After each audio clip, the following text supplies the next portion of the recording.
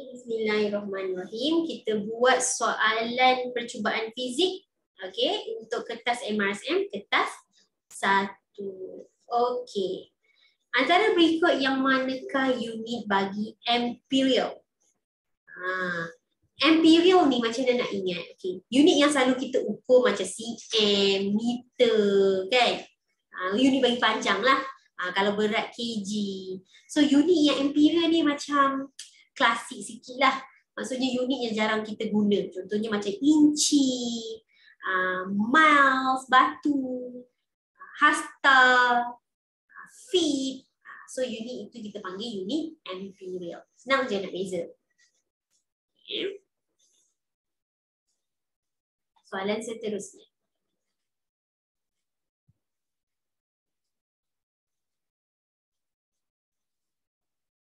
Besar sangat dah pula rasa. Apa? Cikgu yang besar kita nampak. Okey. Raja 1 menunjukkan sesaran bagi satu objek yang bergerak ke arah satu sasaran dan kembali semula ke kedudukan asal. Okey. Awak kena perhatikan ini adalah graf sesaran melawan masa. So kalau kita tengok gambar rajah ni, kalau 50 ni maksudnya ini situasi di mana dia dalam keadaan pegut, tidak bergerak. Sebab apa? Jarak dia tak berubah. So dia tak bergerak. Tapi kalaulah graf awak V melawan time itu hal laju, dia bagi bentuk macam ni, ini maksudnya dia bergerak. Tapi pada waktu tu hal laju dia malar, maksudnya dia tak ada pecutan. So kena tengok betul-betul paksi pada graf kita supaya kita memahami soalan. Okey. Ni apa maksudnya ni? Ini maksudnya dia bergerak lah. Maksudnya dia moving forward, bergerak ke depan. Ini dia buat apa ni? Ini maksudnya dia patah balik. Ni kita nak memahami graf. Ini maksudnya dia patah balik. Sebab tu graf dia macam ni. Maksudnya awak pergi dekat A, sampailah kat sini 50 meter. Lepas tu awak patah balik. Ni lah maksudnya situasi graf kita patah balik. Situasi graf sesaran. Okey, soalan dia. Ni nak fahami betul-betul. Berapakah jumlah sesaran? Tolong bezakan apa itu sesaran dan jarak. Okey. Apa itu sesaran? Displacement. Sesaran adalah pengukuran yang kita panggil sebagai the shortest distance. Daripada mana dia bermula dan berakhir. Dia bermula di sini dan dia berakhir di sini. Jadi sesarannya adalah sifar. Ingat, ukur sesaran daripada mana dia bermula dan berakhir saja. Contohnya katakanlah awak ada bentuk macam ni. Okey. Ini A, B, C. So maksudnya walaupun dia bergerak macam ni, A, dia bergerak pergi ke B, dan dia bergerak pergi ke C. Kalau ditanya sesaran, daripada mana dia bermula dan berakhir, itu sesaran. Tapi kalau ditanya jarak, kita kena consider lah benda ni. So soalan ni sebab dia tanya sesaran, jadi sesaran dia kosong. Jika ditanya jarak,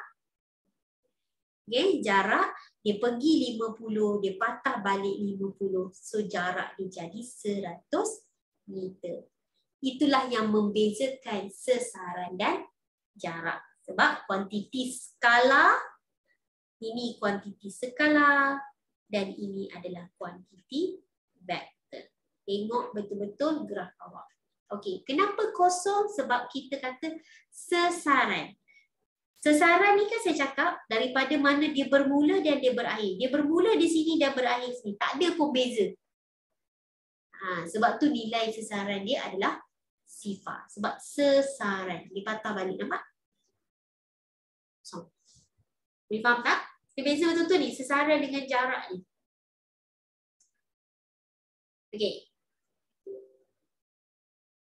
Bagi faham jangan keliru tau. Saya pesan betul-betul ni. Okay, good. Nombor 3. Rajah 2 menunjukkan satu objek yang sedang jatuh bebas dalam situasi yang berbeza. Okey, kalau kita tengok ini dia lepaskan terus. So kita faham free fall lah kan, free fall. Okay, ini dia baling naik atas, lepas tu dia turun juga, dia tetap free fall. Okay, dia tetap free fall. Okay, pernyataan manakah betul menerangkan pergerakan objek itu apabila ia bergerak ke bawah? Okay, bila kita faham tentang free fall, apa yang kita faham tentang free fall? Free fall adalah objek tu jatuh ke bawah. Objek yang jatuh ke bawah, okay, dia ditarik disebabkan oleh daya graviti lah, kan? Objek yang ditarik jatuh ke bawah, kita duduk dalam bumi, ditarik disebabkan oleh daya graviti. So bila dia ditarik oleh daya graviti, awak kena faham pecutan dia adalah sentiasa constant lah, which is nilai dia 9.81 sebab kita duduk dalam bumi. Okay. So dia kata apa yang berlaku? Pasal tak benda yang baling di atas turun ke bawah, makin dia nak turun ke bawah dia makin laju. Lagi nak sampai lagi laju. So increasing velocity. Okay? Dia makin ke bawah dia makin laju. Kita baling kan dekat bawah makin laju. Alah macam roket. Kan roket kalau dia nak patah balik memang laju lah sebab dia ditarik oleh daya graviti. Tapi kena ingat, even dia semakin laju, awak kena faham pecutan dia adalah malah. Pecutan dia tidak berubah. Pecutan dia malah, which is nilai dia adalah 9.81 ms negatif 2. Ni cikgu tolong recap sekali. Okay?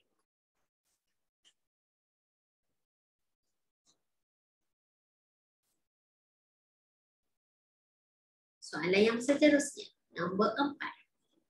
Ini semua form 4 ni. Okay.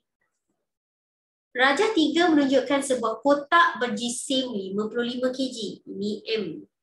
Dijatuhkan dari sebuah helikopter.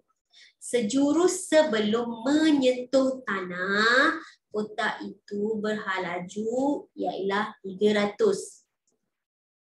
Okay. So maksudnya ini U dia lah halaju awal dia. Dia sebelum ni. Sebab apa cikgu kata halaju awal?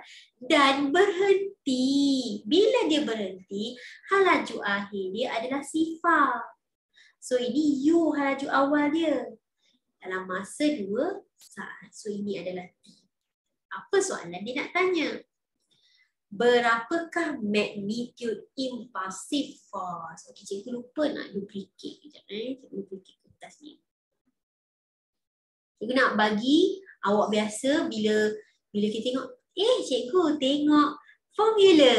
Tak tahu, tak ingat, kita dapatkan idea daripada formula. Tengok ada tak dia bagi formula dekat awak. Okey, tak bagi. Maksudnya tak bagi formula.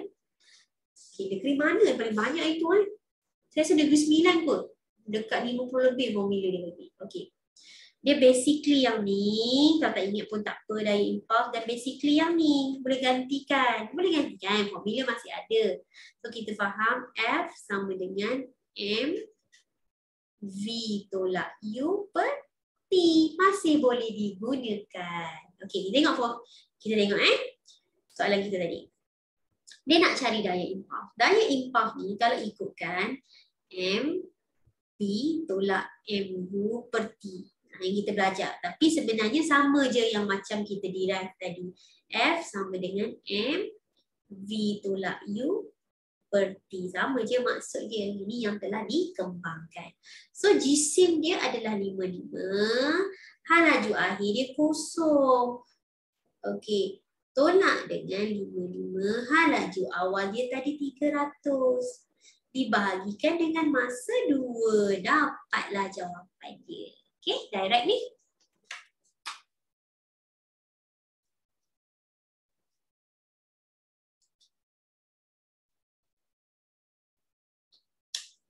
Lapan, 2, 5, 0. Okay, negatif lah kan. Tapi kat sini tak ada jawapan negatif kan. Tak apa, negatif tu nak menunjukkan bahawa dia adalah vektor kuantiti. So, daya impuls ini adalah kategori vektor. Kuantiti, vektor. Kuantiti vektor ada magnitude dan arah. Okay? Negatif tu represent arah dia. Negatif 8, 2, 5, 0 Newton.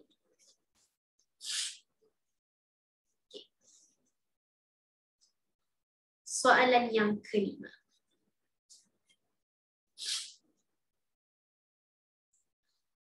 Jadual 1 menunjukkan nilai pecutan graviti. Ini nilai G bagi planet Utarik, Marikh, Uranus dan Neptune. So kita tengok pecutan graviti dia kan. Planet yang manakah menghasilkan berat yang terbesar? Berat yang terbesar macam mana? Apa itu formula berat? Formula berat ada W sama dengan mg. Kan formula berat. So berat iaitu W sama dengan mg. G ni nilai kegravitian. So bila dia nak greatest weight, berat yang bertambah mestilah nilai graviti dia yang lebih besar. Okey. Jadi jawapan dia ialah Neptune. Okey.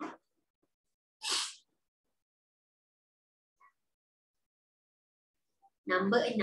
Ini masih bab kegravitian. Raja 4 menunjukkan satu planet mengorbit matahari. Okey. Pernyataan yang manakah betul menerangkan pergerakan planet tersebut dalam orbitnya? Okey. Planet itu bergerak orbit membulat. Salah. Orbit bagi planet adalah dalam bentuk elips. Okey. Luas sektor F. Okey, bentuk elips ni hukum Newton-Kepler yang pertama lah. Hukum Kepler yang pertama yang menyatakan bahawa orbit berbentuk elips. Okey, luas sektor PFQ lebih besar berbanding RFS.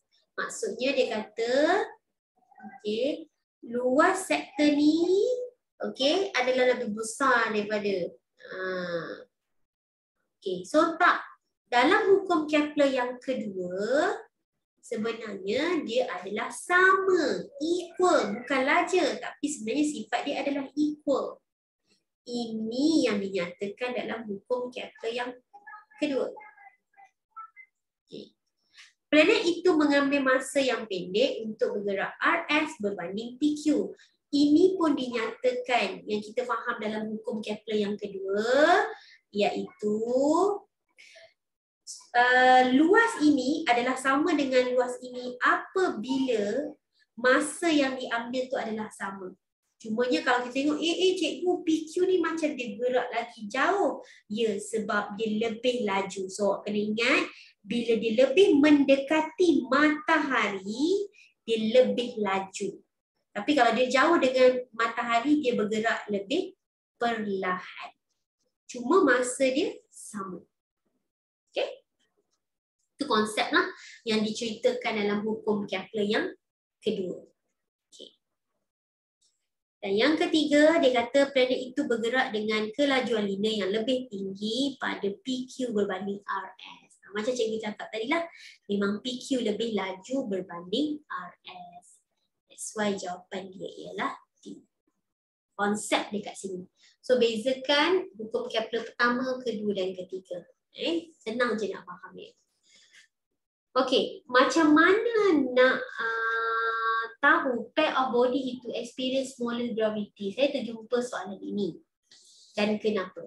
Okey, nilai gravity force dia rendah. Okey. Kalau awak pernah tengok soalan macam ni, kan? Kalau awak tengok formula, macam mana kita nak tahu nilai gravity yang rendah? Kalau kita tengok formula daya gravity, gravitational force, relate dengan bulan dan satelit. Okey. Nilai kegravitian dipengaruhi oleh elemen dia. Okey, yang ni tak adalah, yang ni memang constant. Iaitu yang pertama, dia dipengaruhi oleh jisim objek tu. So, kalau awak nak nilai gravitian yang paling rendah, mestilah jisim dia kena kecil. Dan yang kedua adalah dari segi jarak dia. Jarak dia lagi jauh. Barulah nilai daya awak yang kecil. So, kalau bulan dengan matahari, daya tarikan graviti tu lagi rendah kalau dia lebih jauh. Boleh? Sebab hubungan daya graviti dengan R adalah berkadar sonsang. So macam satelit dengan bulan contohnya kan. Ni ada bumi, Kita faham yang mengelilingi bumi adalah satelit dan juga bulan. So daya graviti dia orang berbeza sebab distance dia berbeza. Semakin jauh jarak di antara pusat dia, semakin berkurang nilai daya graviti. Sebab tu saya kata formula diberi hubungan boleh dapat daripada formula. Awak tahu baca formula hubungan berkadar terus, berkadar sungsang, awak boleh relatekan dengan apa yang awak tanya. Yes, find the body. Find the distance lah. Secara logiknya distance dengan jisim lah. Okay, faktor yang mempengaruhi daya tarikan graviti adalah jisim dan juga distance dia. Okay.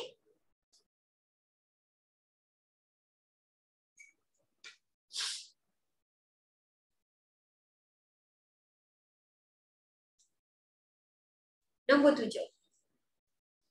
Raja 5 menunjukkan sebuah roket dilancarkan. Bagi menghantar satu satelit buatan manusia ke angkasa lepas. Macam saya cakap roket Cina ni. Saya cakap roket Cina yang patah balik. Okay. Mengapakah roket tersebut memerlukan bahan bakar yang banyak untuk dia lancarkan? Okey, bahan bakar yang banyak. Kita kena faham. Bukan senang kita nak keluar daripada bumi ni. Udara pun tak boleh terkeluar. Kan? Udara yang bergerak pantas tu pun tak terkeluar daripada permukaan bumi. Sebab konsep dia adalah kita panggil sebagai escape velocity. Okay? Ataupun halaju lepas.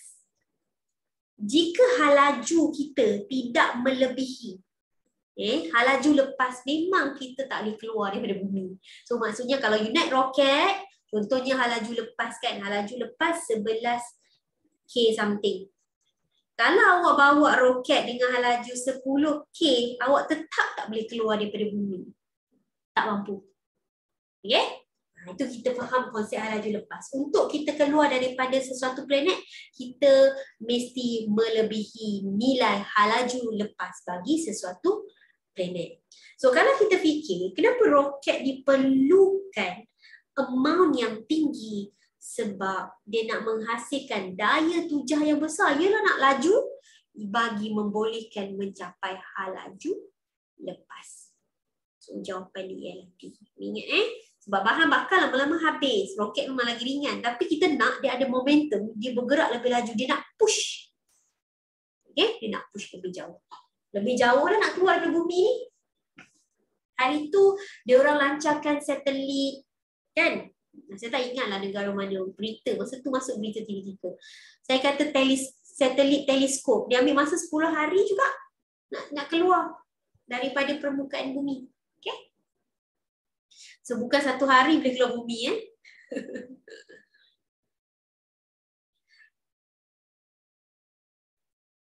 Okay, nombor 8.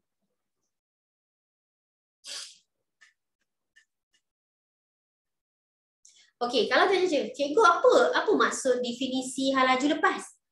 Saya merasakanlah topik halaju lepas ni nak masuk dalam paper 2 section A lah. Okey, saya merasakan. So faham betul topik ni. Okey. So apa maksud halaju lepas? Halaju lepas adalah minimum velocity yang kita required untuk kita overcome, untuk kita mengatasi daya gravity. Okay, minimum velocity je. Itu kita panggil halaju lepas. Okay, nombor 8. Raja 6 menunjukkan seorang lelaki menuangkan air ke dalam radiator kereta bertujuan untuk mengawal suhu enjin. Maksudnya kalau kita letak air tu kita nak reduce heat lah. Kita faham konsep dia. Okey. Andaikan tiada haba, yang terbebas kepastian, keseimbangan terma dicapai apabila konsep keseimbangan terma apabila suhu air adalah sama dengan suhu enjin. Itu memang konsep keseimbangan terma. Dua benda penting dalam keseimbangan terma. Yang pertama, finally suhu dia orang sama, dan yang kedua, the net rate heat flow. Betul tak ya cikgu ni kadar pengaliran haba bersih. Dia bukan kadar pengaliran haba, dia kadar pengaliran haba bersih adalah sifar. Okay. Itulah konsep terma ekuilibrium. Dua perkataan yang penting.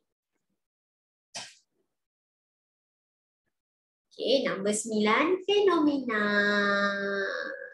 Okay. Raja 7 menunjukkan satu fenomena bayu laut. Saya ingat laut iaitu light. Light maksudnya bayu laut berlaku pada waktu siang. Dan bila kita sebut laut, maksudnya, okay, kalau kita sebut tentang bayu laut, memang udara tu datang daripada laut pergi ke darat. Lepas tu bayu laut. Kalau bayu darat, darat ke laut. Cara udara bergerak. Dan awak kena faham, udara bergerak dari kawasan yang mempunyai ketumpatan udara tinggi ke kawasan ketumpatan udara rendah. Jadi kalau waktu malam ketumpatan udara dekat darat lebih tinggi, sebab tu dia jadi darat ke laut. Okey. Ketumpatan udara ni ada kaitan dengan suhu. Bila ketumpatan udara tinggi, maksudnya suhu dia rendah. Okay. Tapi kalau ketumpatan udara rendah, maksudnya suhu dia tinggi. So, that's why kalau kita duduk atas bukit kan, baru-baru ni Gunung Kinabalu bersalji pula kan. So, kalau kita duduk kat atas bukit, ketumpatan udara kita lebih padat lah. Sebab tu suhu dia rendah. Okay? Atas bukit ke atas gunung ke kan. So, dia tanya, mengapakah fenomena bayu laut berlaku? So, awak kena faham. Konsep tentang bayu laut ke bayu darat, dia menyentuh tentang konsep muatan haba tentu. Spesifik. Muatan haba tentu. So, disebabkan muatan haba tentu laut lebih tinggi. Sebab itulah dia lambat panas. Ingat, muatan haba tentu Q sama dengan MC theta. So, bila muatan haba tentu tinggi, haba yang diperlukan lebih banyak. Jadi, bila muatan haba tentu yang tinggi, dia ambil masa yang lama untuk dia panas. That's why kawasan tu lebih sejuk dulu. Okay? Jadi, dia kata, mengapa fenomena bayu laut berlaku? Sebab apa? Saya dah bagi idea dah tadi. Faham tak pasal muatan haba tentu tinggi? Sebab laut mempunyai muatan haba tentu lebih tinggi daripada darat. So ingat, muatan haba tentu yang tinggi, haba yang diperlukan banyak. Jadi dia lambat panas. Muatan haba tentu yang tinggi juga dia lambat sejuk. So dia lambat. Lambat panas, lambat sejuk. Lambat panas, lambat sejuk. Kenapa dia lambat sejuk? Sebab bila dia simpan haba yang banyak, dia ambil masa pula lah dia untuk dia riliskan dia. That's why dia lambat sejuk. Okay?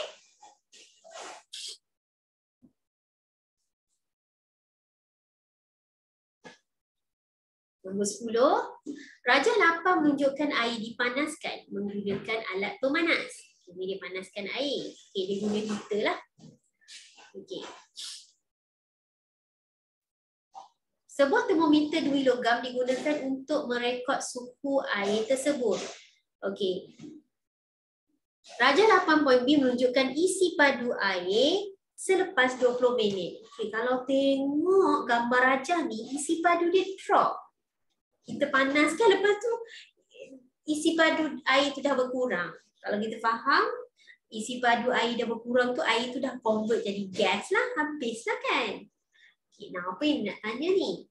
Okay, air tu akan convert jadi gas lah, macam konsep penjejatan. Kan? Sebab tu kita kata tiba-tiba berkurang. Okey. Penyataan manakah di bawah menunjukkan penerangan yang betul dalam situasi ini? Proses perubahan air bertukar kepada steam dinamakan kondensasi. Salah. Ini kita panggil vaporization, penguapan. Vaporization, penguapan.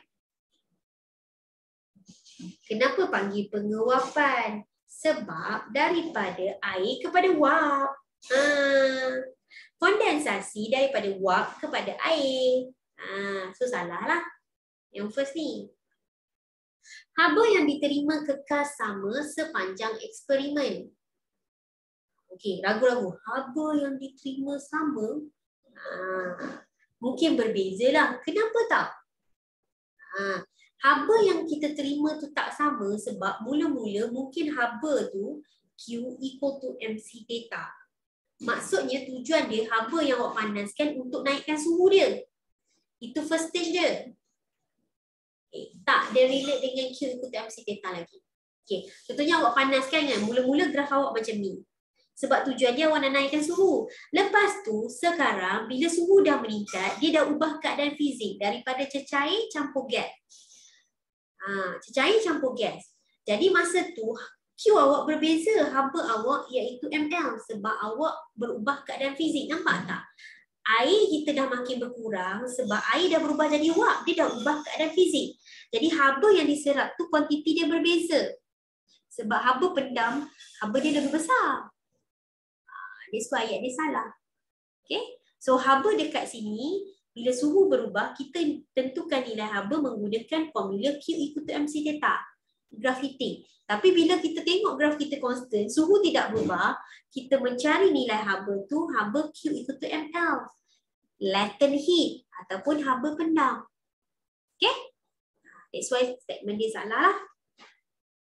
Okay. Kemudian haba yang dibekalkan adalah untuk memutuskan ikatan di antara molekul. Betul lah. Sebab daripada air nak berubah menjadi wap. Dia ubah keadaan fizik daripada cecair kepada gas. Memang kita nak break the molecule. Okay. Dan yang seterusnya, isi padu air berkurang apabila ia bertukar kepada steam akibat pembekalan haba yang berterusan. Macam awak panaskan air sampai dia dah mendidih. Dia blub dah mendidih. Lepas tu dah mendidih awak nampak dia jadi wap. Lama-lama air kita pun tinggal sikit.